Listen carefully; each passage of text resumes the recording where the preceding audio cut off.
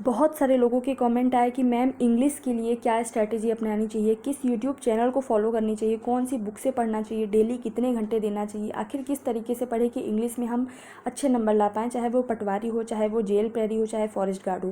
तो देखो, सबसे पहले मैं टाइम बर्बाद ना करते हुए पटवारी वालों के लिए मोस्ट इंपॉर्टेंट टॉपिक बता देती हूँ और अदर एग्जाम्स वालों के लिए, ताकि पटवारी वालों का जैसा ही इस वीडियो में काम मतलब हो जाए, क्योंकि उनके जल्दी ही एग्जाम्स होने वाले हैं। बाकी मैं डिटेल में अभी आगे बताऊंगी अदर एग्जाम के लिए, जैसे जेल प्रहरी के लिए, फॉरेस्ट गार्ड के लिए, एमपीएसआई के लिए। लेकिन पहले मोस्ट इंपॉर्टेंट टॉपिक बता देती हूँ पटवारी वालों के लिए, ताकि वो लोग देख के अपना काम निकाल के चले जाएँ, ठीक है, ताकि उनका टाइम वेस्ट ना हो। तो देखो पटवारी वालों बच्चों, क्या करना है आपको, आप लोग देख ही रहे होंगे कि ये वाले जो कोर चैप्टर्स हैं इंग्लिश के, एक्टिव एंड पैसिव, हर एक शिफ्ट में एक्टिव पैसिव के 4 से 5 क्वेश्चन, 3 से 4 क्वेश्चंस आ रहे हैं। तो आपको बिल्कुल अच्छे से करना है। कहाँ से करना है वो भी मैं बताती हूँ। नरेशन करना है, बहुत अच्छे से करना है, ठीक है। प्रीपोजिशन और कंजक्शन में पहले से ही स्टार्टिंग से ही रटती आ रही हूँ, डेली मैं टारगेट भी देती थी।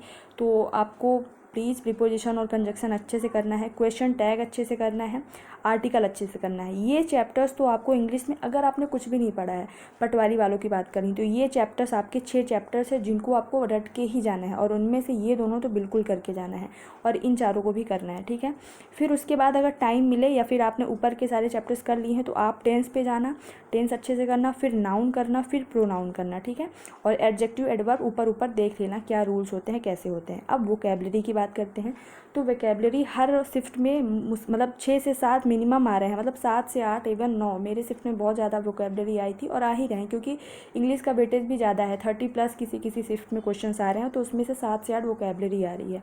वोकैबलरी में सिनोनिम्स करना है, एंटोनिम्स करना है, वन वर्ड सब्स्टिट्यूशन करना है, idiom and phrases and misspelled. तो वोकैबलरी के लिए आप कुछ मत करिए, मेरे चैनल में प्लेलिस्ट बनी हुई है, 4 अपडेट कर दिए हैं मैंने बताया था कि मेरे शिफ्ट में मेरे द्वारा ही पढ़ाए गए, मेरे शिफ्ट में क्वेश्चन आ गए थे वोकैबलरी के, एंटोनिम्स, सिनोनिम्स के।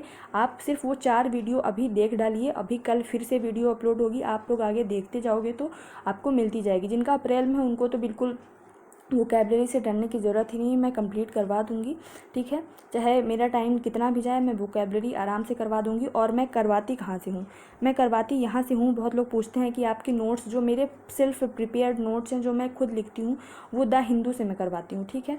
तो द हिंदू के नोट जो मतलब जो वर्ड्स मुझे मिलते हैं वो मैं अपने नोट्स में हमेशा से लिखती आ रही हूँ, बहुत दिन से ये चल रहा है मामला, है ना। तो मैं अब लिखती आ रही हूँ, तो वो बहुत इंपॉर्टेंट वर्ड्स होते हैं, द हिंदू से उठाए जाते हैं हर एक एग्जाम के लिए, चाहे सीजीएल के हो, चाहे व्यापम के लिए हो, थोड़े टफ भी होते हैं, ठीक है। तो पटवारी वालों को ये वोकैबलरी में काम करना है। और क्या करना है, पैरा जंबल, पैरा जंबल के आप किसी भी एक डियर सर करके आते हैं, डियर सर करके चैनल है, यूट्यूब पे सर्च करना, उसमें सर्च करना पैरा जंबल डियर सर, तो उनकी वीडियो आ जाएगी। या फिर पैरा जंबल करके आप सर्च करोगे तो बहुत सारे वीडियो आ जाएंगे। तो कुछ रूल्स होते हैं, मतलब कुछ रूल्स, मतलब कुछ नॉर्मल ऐसे जनरल रूल्स होते हैं, उनको आप पढ़ के जाना, तो वहाँ पे थोड़ा आपका टाइम बचेगा। एक्चुअली में पैरा जंबल वही अच्छे से कर पाएगा जिनकी इंग्लिश ठीक ठाक होगी, लेकिन आप कुछ वो रूल्स देख लोगे ना, तो वहाँ पे आपको अच्छे से समझ आएगा। और वहाँ पे पहली बात तो पैरा जंबल आप लोग हमेशा ऑप्शन से देखा करो, जैसे PQRS हो गया, 4 सेंटेंस हो गए, आप पी से उठा के देखो। पी में अगर कभी बट आ गया, एंड आ गया, ऐसे कोई वर्ड्स आ गए जो किसी 2 सेंटेंस को जोड़ते हैं, तो वो कभी मतलब उसकी शुरुआत, उस सेंटेंस की शुरुआत वहाँ से नहीं होगी, मतलब पूरे जो पैराग्राफ है उसकी शुरुआत वहाँ से नहीं होगी, पी से नहीं होगी। क्यों में ऐसा आ गया कि मतलब ऐसा आपको लगे कि हाँ यहाँ से इसकी सेंटेंस, मतलब आप लोग हमेशा ना ऑप्शन से पैरा जंबल क्वेश्चन सॉल्व किया करो, ठीक है। और कुछ रूल्स देख लेना तो आपको आसानी होगी। पैसेज भी आप देखो, पैसेज भी नॉर्मल इंसान कोई भी पैसेज पढ़ के वहीं पे उसी के आंसर होते हैं कर सकता है, लेकिन एक क्वेश्चन ऐसा होता है हमेशा जिसमें पैसेज में भी एक क्वेश्चन पूछता है एंटोनिम्स क्या होगा इस शब्द में, या फिर इस पैसेज में दिए गए शब्द का सिनोनिम्स क्या होगा, वन वर्ड सब्स्टिट्यूशन पूछ लेता है, तो वो आपको ये मतलब वोकैबलरी करने से ही आएगी। तो पटवारी वालों का काम इतना ही था कि ये सारे चैप्टर्स कर लो अच्छे से, पैरा जंबल के थोड़े से रूल्स देख लेना, पैसेज का कुछ नहीं करना है, बाकी ये वोकैबलरी आपको करनी है जो मैं कराई हूँ। वहाँ से आप मतलब मैंडेटरी नहीं है, कोई फोर्स नहीं है, आप वहाँ से करना चाहो तो कर लो जो मेरे द्वारा कराए गए हैं। क्योंकि आप किसी भी यूट्यूब चैनल पे जाओगे तो अथाह मतलब कि इतने सारे हैं कि आप करते करते थक जाओगे, आपका कंप्लीट ही नहीं होगा। बुक से पढ़ोगे तो अभी कोई मतलब ही नहीं है, ठीक है। अब चलते हैं उनके पास, जैसे कि जिनके पास पर्याप्त टाइम है, जेल प्रहरी पर्याप्त टाइम मतलब कि 1.5 महीने 2 महीने हैं। फॉरेस्ट गार्ड एमपीएसआई में 30 नंबर की आती है इंग्लिश, ठीक है। फॉरेस्ट गार्ड एंड जेल प्रहरी में 20 नंबर की आएगी, और जेल एएसपी में भी 20 नंबर की, एएसपी में तगड़ी वाली आनी है, ठीक है।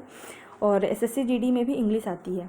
तो देखो कुछ क्वेश्चंस चल रहे होंगे माइंड में कि डेली कितना पढ़ना चाहिए। अगर 1.5 महीने बाद या 50 दिन बाद हमारा एग्ज़ाम है, कोई सा भी टारगेट हम रख के चल रहे हैं, तो कितना पढ़ें आखिर डेली, कहाँ से पढ़ें, बुक से पढ़ें कि वीडियो से, और किस बुक से पढ़ें किस वीडियो से पढ़ें, रिवीजन कैसे करें, और क्या इंग्लिश में 95% आ सकते हैं। 95 क्वेश्चन की बात नहीं कर रही हूँ, 95%, यानी अगर 20 क्वेश्चन आ रहे हैं तो क्या उसमें से 19 हम कर सकते हैं सही, 30 क्वेश्चन आ रहे हैं तो क्या उसमें 28-29 सही कर सकते हैं। तो मेरा आंसर है बिल्कुल कर सकते हैं, लेकिन आपको टाइम तो देना पड़ेगा। फिर क्वेश्चन आता है कि क्या नोट बनाना ज़रूरी है, नोट्स बनाना ज़रूरी है कि नहीं, और बनाए तो कैसे बनाएं। फिर क्वेश्चन आता है मोस्ट इंपॉर्टेंट टॉपिक। तो मोस्ट इंपॉर्टेंट टॉपिक मैंने बता दिए, हर एक एग्जाम के लिए मोस्ट इंपॉर्टेंट टॉपिक है।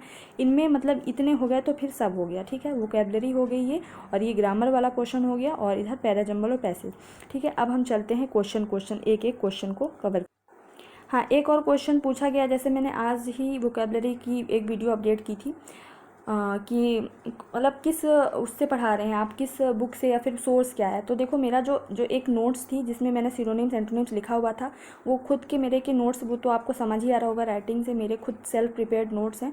द हिंदू में जैसे पढ़ती हूँ कभी कभार न्यूज़ या फिर कहीं से भी, तो मैं उसको कलेक्ट करती रहती हूँ, ठीक है। वो मुझे शौक भी है पहले से, और पहले से भी थोड़ा बहुत पढ़ती आ रही थी, तो उससे है, ठीक है। और बहुत ही इंपॉर्टेंट है वो, आपको पक्के से पक्के मतलब आपको मिलेंगे, आप अगर कर लिए वो तो। दूसरी बात जो मैं जैसे one word idiom and phrases का है, और बहुत सारे जो वोकैबलरी जो प्रिंटेड फॉर्म में आपको दिखे होंगे वो थे। मेरा ग्रेजुएशन इलाहाबाद से हुआ है, तो वहीं पे एक डिवाइन करियर करके कोचिंग है, तो मेरी फ्रेंड ने वहाँ से किया था, वहीं से मैं भी प्रिंट आउट निकलवा ली थी, क्योंकि मुझे भी कभी ना कभी एसएससी की प्रिपरेशन करनी थी। बट अल्टीमेट मेरा ड्रीम यही था पीएससी वाला, तो फिर मतलब कभी एसएससी का पेपर देने का मौका ही नहीं मिला, या फिर कभी इंटरेस्ट ही नहीं आया मैथ्स रीजनिंग पढ़ने में। तो मतलब ये सारी कहानी थी। तो मेरे पास वो नोट्स किसी पर्टिकुलर बुक के वो नहीं है, हालांकि बुक भी है मेरे पास परफेक्ट कंपटीशन की, बट वो बुक के नोट्स नहीं है, ठीक है, मैंने बता दिया। अब डेली कितना टाइम दें, मैंने एक वीडियो बनाया था कल या परसों कि आज से 2 महीने यानी 60 दिन आपको डेली सिर्फ 6 घंटे पढ़ना है। मैथ्स करना है, इंग्लिश करना है, हिंदी करना है, और रीजनिंग नहीं, जीके पढ़ना है, और साइंस पढ़ना है। मतलब 6 घंटे दो आप हर सब्जेक्ट के लिए। आपको मैंने टाइम भी बताया था, सिर्फ 60 दिन पढ़ना है, और हर सब्जेक्ट में महारत हासिल करो।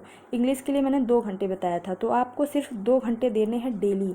अगर आपका दिन एग्ज़ाम 50 दिन बाद हो, 60 दिन बाद हो, साल भर बाद हो, कोई इससे मतलब मत रखो। आज से सिर्फ या कल से सिर्फ 60 दिन आपको देने हैं, मतलब 2 घंटे देने हैं हर हाल में, 2 से कम नहीं। इंग्लिश की बात कर रही हूँ। दूसरी बात, कहाँ से पढ़ें, बुक और वीडियोज़ से। तो देखो मेरे पास जो है मैं वही बता सकती हूँ, हर एक बुक का रिव्यू नहीं दे सकती हूँ, क्योंकि मेरे पास सारी बुक्स नहीं हैं। मेरे पास है परफेक्ट कंपटीशन, मैंने बहुत बार बताया है, परफेक्ट कंपटीशन की बुक बहुत अच्छी है, बहुत ज़्यादा अच्छी है, तो आप लोग वहाँ से देख सकते हो। मतलब उसमें ऐसा है कि पहले ग्रामर है, फिर उसके वोकैबलरी है, मतलब पहले ग्रामर है, मतलब ग्रामर के चैप्टर्स है, जैसे नाउन दे दिया, फिर उसके बाद उनके प्रैक्टिस पेपर है, क्वेश्चंस बनाए गए हैं। फिर इसी तरह वोकैबलरी में एंटोनिम्स है, फिर उसके प्रैक्टिस क्वेश्चन बनाए गए हैं, फिर सिनोनिम्स है, इसी तरीके से। तो perfect competition is the best book for English, ठीक है। वीडियोज़ में किससे पढ़ें, तो मैं 2 तरीके के वीडियोज़ बताती हूँ आज, और मैं उसका इंटरफेस भी दिखा दूँगी किस तरीके से दिखता है। देखो 2 तरह के स्टूडेंट होंगे, एक जिनकी इंग्लिश बहुत अच्छी होगी तो वो तरुण ग्रोवर सर से पढ़ो, तरुण ग्रोवर। और एक इंग्लिश जिनको मतलब थोड़ा सा ईजी लैंग्वेज के समझाने पे ही समझ आती होगी, वो तिलक एकेडमी में ऋषभ पंचाल सर से पढ़ो, ठीक है। तरुण ग्रोवर सर जो हैं वो एसएससी सीजीएल लेवल का पढ़ाते हैं, बेस्ट पढ़ाते हैं, बहुत अच्छा पढ़ाते हैं। 35-36 क्लास की प्लेलिस्ट बनी हुई है, उनको आप देख डालो। नरेशन है, एक्टिव पैसिव है, और एडवर्ब है, मतलब सारे चैप्टर्स उन्होंने पढ़ा रखे हैं। तो आप इन 2 चैनल को, या तो फिर ऐसा करो कि पहले इनसे बेसिक लेवल पढ़ लो, फिर उसके बाद तरुण ग्रोवर सर से पढ़ लो, आपकी मर्जी है। मैं दिखा देती हूँ दोनों चैनल को अच्छे से। देखो ये है how to English from 0 level. देखो ये तरुण ग्रोवर सर का ये पूरा चैनल है, इसमें 36 वीडियो हैं, ठीक है, बहुत ही अच्छा है। फिर ये तिलक एकेडमी सर की इंग्लिश की वीडियो है, मतलब 61 वीडियो 61 वीडियोज़ की प्लेलिस्ट बनी हुई है इंग्लिश फुल कोर्स। इन्होंने व्यापम के लिए बनाया ही था। मैंने जेल प्रहरी जब क्लियर किया था इन्हीं वीडियो को देख के किया था। MPSI पटवारी ऑल पेब एग्ज़ाम, ठीक है। तो यहाँ से आप देख सकते हो ये इजी लेवल है, थोड़ा सा मतलब इजी है, और ये थोड़ा सा हायर लेवल है। तो आप दोनों में अपने हिसाब से, अपने प्रेफरेंस के हिसाब से आप कर सकते हो। और तीसरी बात एक ये है कि वोकैबलरी कहाँ से करें, तो मैं सजेस्ट करूँगी, बाकी आपकी मर्जी है। Study with Prachi Parihar YouTube channel है, आप सर्च करोगे, जो कि मेरा ही है। तो इसमें अभी 4 वीडियोज़ ही अपडेट हुई हैं। English complete vocabulary for all one day exams, ठीक है, चाहे वो SSC हो, चाहे व्यापम हो, कुछ भी हो। मैंने द हिंदू से जो नोट्स बनाए हैं वो बहुत इंपॉर्टेंट है, और मुझे ऐसा लगता है कि आप लोगों को ज़रूर बेनिफिट होगा, और आपको ज़रूर देखना चाहिए, ज़रूर से ज़रूर ये देखना ही देखना चाहिए, ठीक है।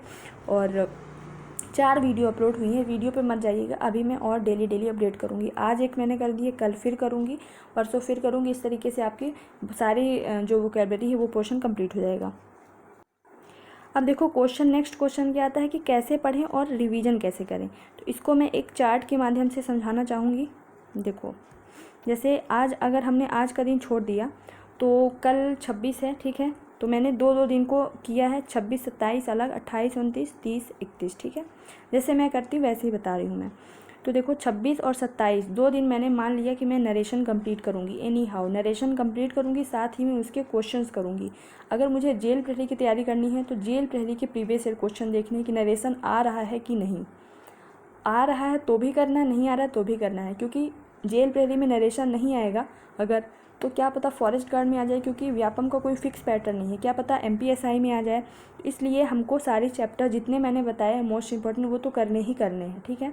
तो आपको नरेशन करने हैं 2 दिन, और साथ में वोकैबलरी डेली करनी है। मेरी वीडियोस डेली आएंगी, वो वोकैबलरी को आपको या तो नोट्स बना लेने हैं, अगर परमानेंट आपको अपने पास रखना है तो या तो नोट्स बना लेने हैं, या तो आप वीडियो को बस ऐसे ही देख सकते हो। बट मैं सजेस्ट करूँगी कि आपको नोट्स बना लेने हैं। 2 दिन आपको देने हैं नरेशन के लिए, फिर अगले 2 दिन 28 और 29 देने हैं एक्टिव और पैसिव के लिए। एक्टिव पैसिव अच्छे से करो, साथ में वोकैबलरी तो डेली चलेगी। ये 4 दिन आपने 2 चैप्टर कंप्लीट की, क्योंकि आराम से करना है, बहुत सारा टाइम है, ठीक है। आपने 4 दिन 2 चैप्टर कंप्लीट कर लिए। अब अगले 2 दिन क्या करने हैं, दोनों चैप्टर्स का रिवीजन करना है, नरेशन का भी और एक्टिव पैसिव का रिवीजन करना है, प्लस जो वोकैबलरी पढ़ी है उनका भी रिवीजन करना है, और साथ में डेली वोकैबलरी अलग से करनी है। ये मैंने एक ओवरव्यू दे दिया कि इसी तरीके से आपको पढ़ना है और रिवीजन करना है। फिर अगले जैसे अप्रैल आ गया, 1 और 2 अप्रैल को आप टेंस पढ़ लो, साथ में वोकैबलरी करो। 3 और 4 को क्वेश्चन टैग कर लो, साथ में वोकैबलरी करो। फिर 5 और 6 को इन दोनों चैप्टर्स का रिवीजन करो। इसी तरीके से आप आगे बढ़ते जाएंगे। इसी तरीके से आप जब देखोगे तो आपका हर 6 दिन में 2 चैप्टर कंप्लीट हो रहे हैं, साथ में उनका रिवीजन हो रहा है, और साथ में क्या हो रहा है, वोकैबलरी कंप्लीट होती जा रही है।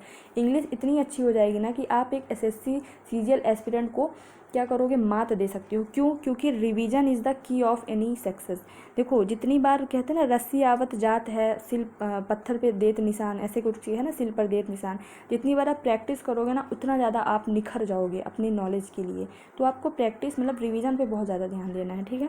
बाकी फिर हर बार जब कुछ पढ़ोगे ना तो नई चीज़ें आपको मिलती जाएंगी। तो इसकी चिंता नहीं है कि हम मटेरियल कौन सा पढ़ रहे हैं, कोई सा भी मटेरियल पढ़ो उस पर आपको विश्वास होना चाहिए, ठीक। अब चलते हैं आगे।